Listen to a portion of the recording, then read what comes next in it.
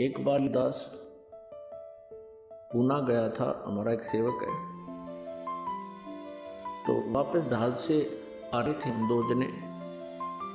जो ही हवाई जहाज स्टार्ट हुआ, हमारा स्वाभाविक नियम है प्रभु का, उनके साधना में, जब भी हम सफ़र घर से निकलते हैं या कोई सफ़र गाड़ी में करते हैं या वैसे पैदल चलते हैं या किसी जैसे यान में चले, तो हमने जो ही वायुयान फ्लाइट करने लगा, हमने अपना मंगलाचरण शुरू किया।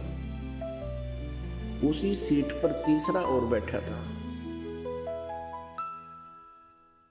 वो जब हमने वो अपना मंगलाचरण बोल लिया, वो बाबूजी कहता है, आप क्या कर रहे थे?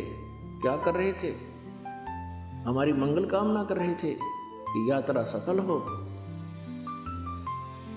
तब हमने कोई खास जवाब नहीं दिया। मैं इसने क्यों है, कुछ गर्दन सी हिलाकर मैं चुप हो गया। अरे वाह, अब 20वीं सदी में, 21वीं सदी में, और ऐसे विचारों के लोग शेष हैं। कहीं भगवान नहीं है, आकाश तक ढूंढ लिया, सब तक खोज मार कर ली है, कहीं भगवान नहीं। भगवान देख, बुद्धू आदमी, इस गुण के समझाओ बताइए, दो सुना नहीं, क्योंकि इसकी बुद्धि विपरीत फिट होगी। तो ऐसी स्थिति आ गई इस शिक्षा से, लेकिन ये शिक्षा अब अनिवार्य थी। अब इस भूल को मिटा दिया जाएगा, जो भूल हमारे लगा दी इस शिक्षा ने, जिसको विज्ञान बोलते हैं।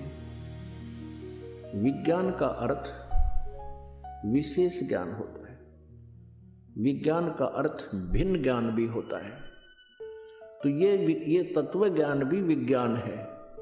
जिस विज्ञान ने हमारे को बर्बाद कर दिया, अब ये विज्ञान, ये तत्व ज्ञान हमें फिर से आबाद कर देगा। तो पुण्यात्माओं, परमेश्वर कबीर जी ने 600 वर्ष पहले कहा था कि धर्मदास तो लाख दुहाई, ये मूल ज्ञान, ये तत्व ज्ञान की तो बार ना बताना। परमेश्वर ने अपनी वाणी में लिखा है, कबीर सागर में, सच्चिदानंद घन ब्रह्म की वाणी में, सूक्ष्म वेद में, उस तत्व ज्ञान में, कि 33 अरब वाणी हम बाख्या, यानी 33 अरब ज्ञान हम बाखा, और मूल ज्ञान अभी तक गुप्त ही रखा। अब 33 अरब वाणी बोल दी परमात्मा ने, 33 अरब, और वेदों में तो कुछ 2000 मंत्र भी कोई ना। और उस परमेश्वर ने कहा 33 अरब मंत्र श्लोक बोल दिए हमने, वो कुछ एक संग्रह किए गए हैं, और कहते हैं मूल ज्ञान हमने गुप्त ही रखा। तो वो मूल ज्ञान अब प्रकट करना था परमात्मा ने, अब वो प्रकट हो रहा है।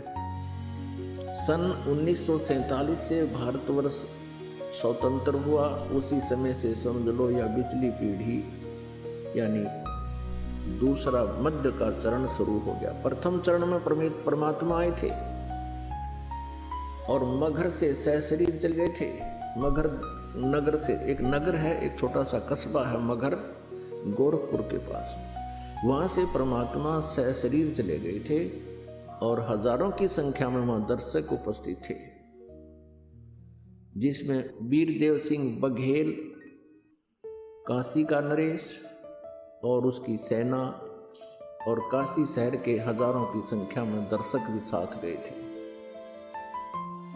और वहां मगहर रियासत का बिजली खान नाम का एक पठान था, वो नवाब था। वो भी परमेश्वर कबीर जी का शिष्य था। वीरदेव सिंह बघेल हिंदू भी परमात्मा का शिष्य था।